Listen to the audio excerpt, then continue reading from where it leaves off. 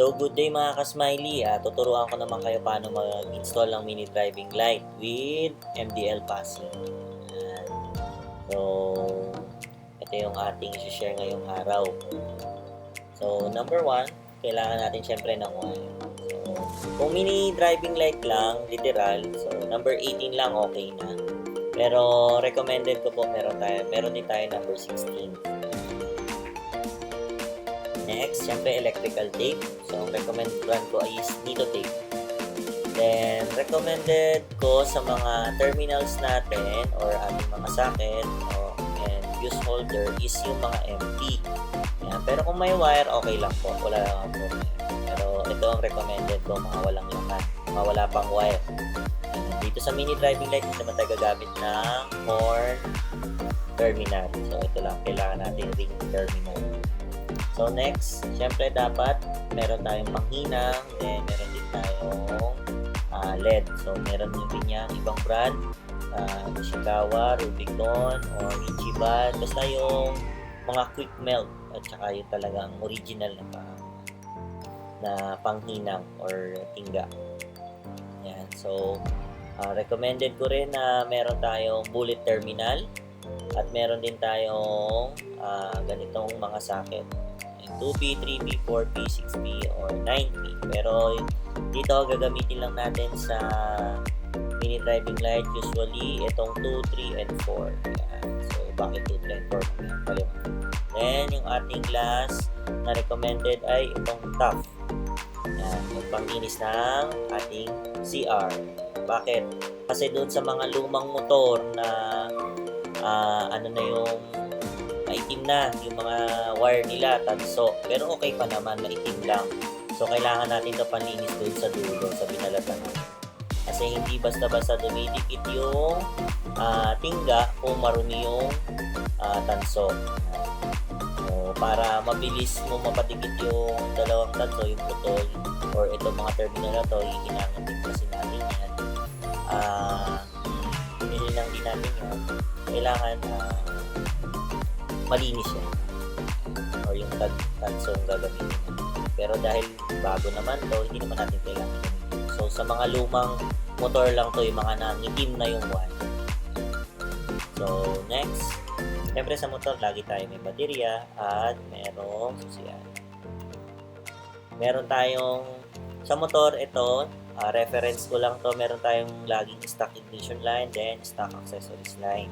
So nandyan po. Pangunahin kailangan natin syempre mini driving light. Sinet up ko na siya, mini driving light. 3-way switch or usually common name natin dito is domino switch. Pero 3-way switch, tri-switch or yung off-on-on na switch. Pwede rin po.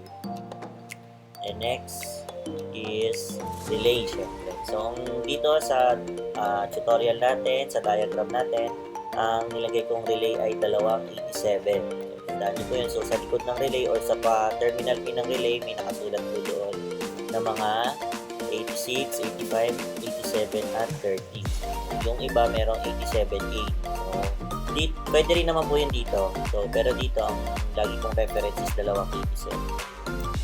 So, syempre, kailangan natin ng fuse. Sa mini driving light, kung ito lang talaga ilalagay natin, okay na po yung 10 ampere lang. Kasi, kung titingnan nyo sa back ng karton ng mini driving light ninyo, meron lang po itong 1.3 ampere. Or sabihin na natin 2 ampere. So, 2 ampere plus 2 ampere. So, meron kang 4 ampere sa mini driving light. So, 10 ampere to. So, pasok na pasok siya. So, pwede nga dito 7.5 ampere lang. So, diba? Para kung magkaroon ng problema itong mini driving light natin, agad-agad puputok yung fuse natin. Para iwas sunog tayo kung nasa fuse. Okay, then next, mag-wiring na tayo. Yan, so dito, kung ito lang talaga ilalagay yung mini driving light, okay na po yung 18 kung na-activate po tayo. Pero, much better, so 16, dito sa diagram, 16 po ito. Ito yung recommended ko. So, terminal pin, ito, dito, terminal pin, then, napunta po sa 10 ampere na relay or 10 ampere na fuse. Okay, so ito yung fuse holder natin. Yan, diba? Kaya recommend ko yan para rekta-rekta lagi yung wiring natin. Then next, yung output ng kabilang fuse, papunta naman po sa 30. Laging 30 po. So, siya yung source. Then, yung 87 yung load. Yan. Then, huwag niyo po rin kakalimutan na maglagay ulit ng isa pang another negative. Napaka-importante po niyan. So, kung sa iba, walang silbi to, pero recommended ko po, meron po kayo nito. Sa body frame niyo po ito ilalagay. Sa body frame. Yan. Mula baterya, maghanap lang po kayo sa kahit isang tornilyo, yung 10mm madalas. So, lagay niyo po doon yung terminal. So, number 16 din po. So, next. Okay, so, install na po tayo. So, dito po, sa susian natin, sa dulo ng susian natin, sa terminal mismo ng susian natin. So, baklasin nyo po yun hanggat maaari. Tapos, isang beses lang po kayo magtatap. Yan. So, solder tap po tayo. So, ibig sabihin, doon mismo sa terminal pin ng inyong susian, babaklasin nyo po yun. So, halos ganito po ang itsura nun or whatever, or pwedeng ganito man ang itsura nun. Doon po kayo mismo maglalagay ng wire dito. Then, hihinangin nyo po. Pupuluputan nyo po muna ng mga 3 beses, then hinangin nyo po. Napaka-importante. Then, number 18 po yun. Okay na po yung number 18. Then, papunta po yun sa 86. Okay? Then, yung 85 naman po, number 18 din, papunta naman po sa body ground. So, kung yung pwesto ng relay nyo is nasa unahan na, tapos ang battery nyo naman ay nasa likuran, so much better po gawin nyo talaga ito. Yung mayroong extra negative sa body frame. Yan, tapos ito rin po. Then ito naman sa pinakang nasa unahan na, syempre, ganito na lang gagawin nyo. Pero kung masipag kayo at meron naman po kayong wire na extra, pwede naman po mula sa body ground nito, mula dito sa dulo na to, lalagyan nyo po papunta doon sa 85. Pero kung malayo at wala na po kayong budget, ganito po yung recommended ko. Then next, syempre, yung source natin, yung 30, then ito naman yung load. Diba? So 87. So parehas po yan load. Iisa lang naman po yung terminal niya pagdating sa relay. So magkahiwalay lang yung paa niya. Pero iisa lang po, magkadugtong lang po yan. Kapag parehas 87, pero pag 87A, magkaiba po ang ibang usapan na po yan. So dito sa dulo ng 87 natin, lagay po tayo ng 18 ulit, papunta naman po sa domino switch.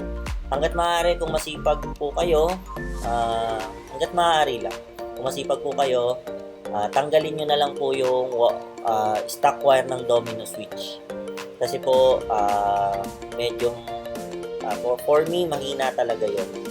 For me. Pero kung sa mini driving light lang siya, talaga literal, okay na siya. Kasi yung makikita nyo, yung wire ng mga mini driving light is manipis lang rin naman. So, equal naman siya dito sa domino switch.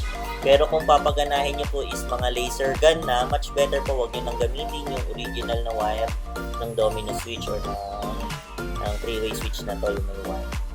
Okay? So, baklasin nyo po yun. Natutulak lang naman yun. So, palitan nyo po ng number 80 na wire para siguradong long lasting. So, gandahan nyo na lang po kung paano yung gagawin. So, balik tayo dito. So, number 87, ito yung load. Yan. Pupunta po dun sa common ng switch natin. So, depende po yan sa color wiring. So, usually, yung iba black, yung iba naman blue.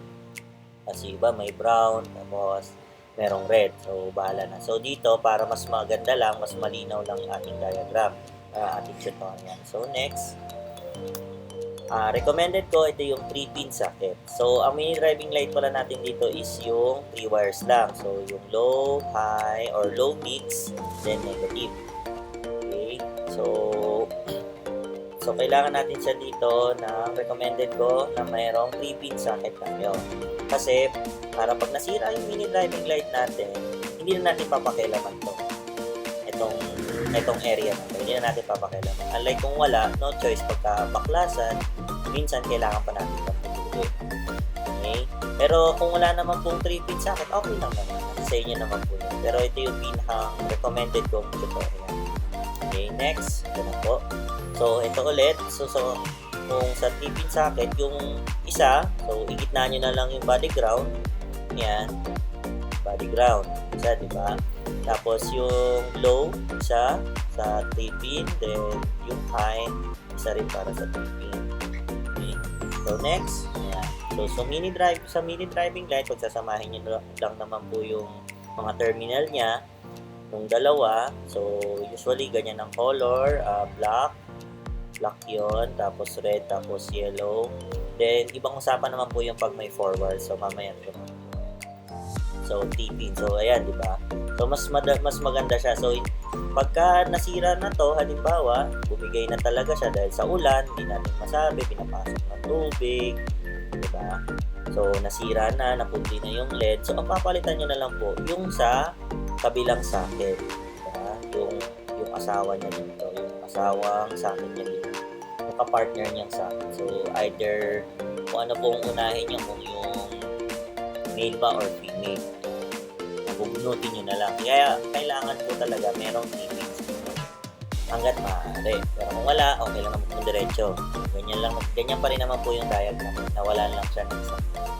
Okay, next. Halimbawa, bubuhayin natin yung susian. So, yan. May pa-animation pa tayo.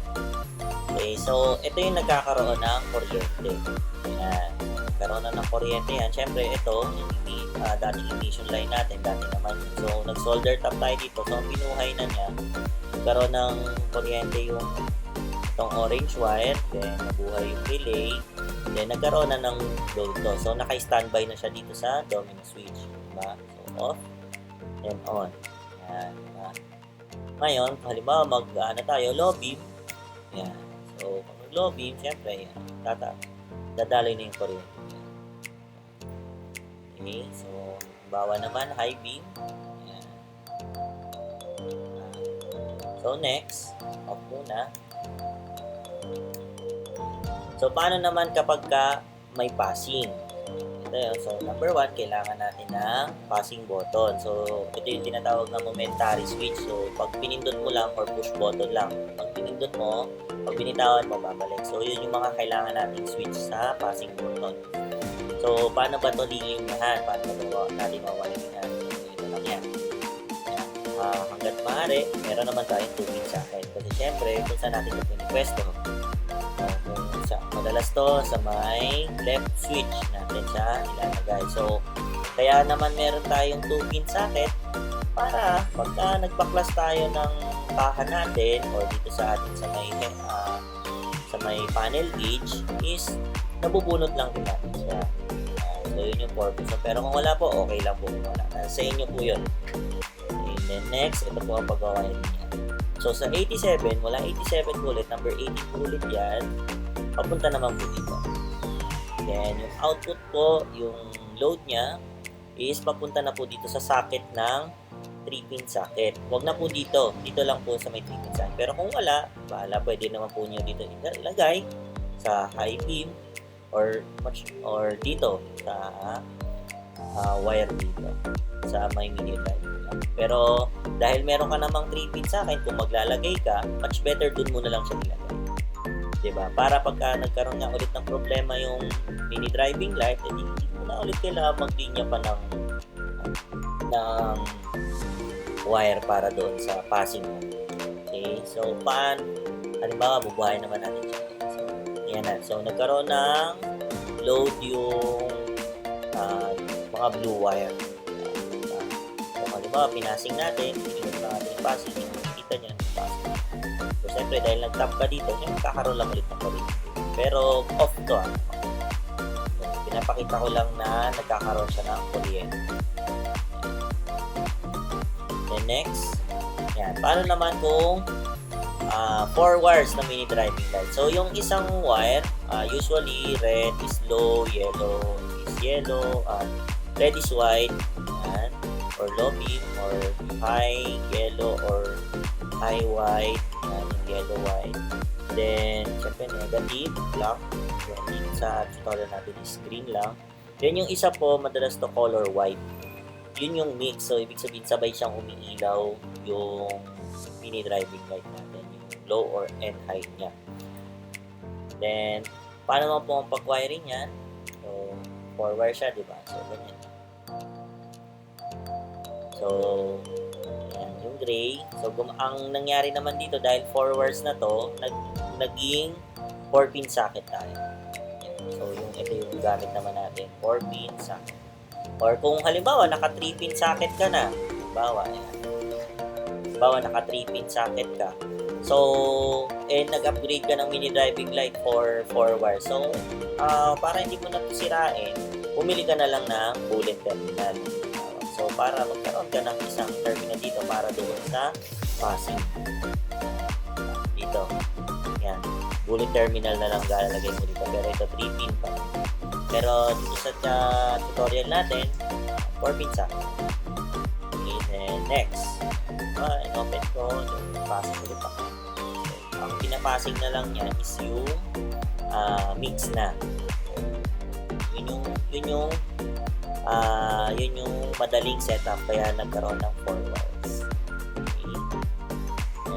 And paano naman sa tutorial natin kanina, so sa mga battery operated, kung gusto mong gawing battery operated yung headlight mo, yung park light mo, then yung mga underglow lights mo, dahil ang gamit nating relay is 287, so pwede yung ganito.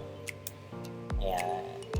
So, yung pangalawang 87, pwede na natin siyang gawing pang headlight, pang park light, and pang underlights. Ayan.